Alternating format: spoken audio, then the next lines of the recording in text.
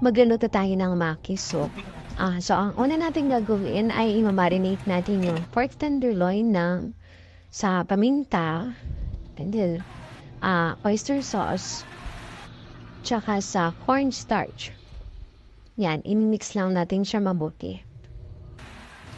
Yung pork tenderloin natin, ikinot natin yan sa serving size. So, wag natin ikat na masyadong malaki.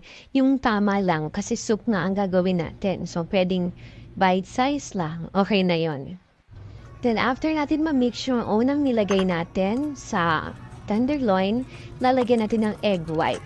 So, ayan. Mix pa rin natin. Continue mixing lang hanggang ma-well incorporated siya.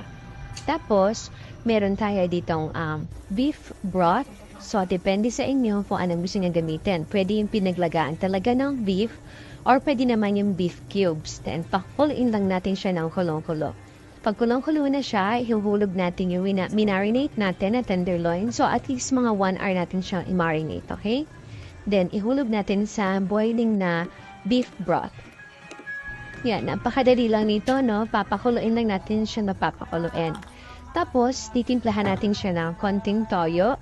At saka, pag medyo luto na yung pork, since madali naman siyang maluto na tenderloin siya, lalagyan natin siya ng egg beaten. So, yung kaninang pinaggawitan ko ng egg white, dinagdagan ko pa ng isa para maging 2 siya. And then, lalagyan natin ng slurry. Hanggang lumapot siya ng katulad ng ganito. Ganyan. Pag ganyan na siya kalapot, so pwede na siyang iserve. Mas mainit, mas masarap siya. So, every time na isa-serve niyo siya, i-reheat niyo na lang para mas masarap higupin. Ayan, nilagyan ko siya sa ibabaw ng sibuyas since wala kaming spring onion, sibuyas na fresh na lang. Ayan, sana nakatulong. Thanks for watching and please consider subscribing. Thank you!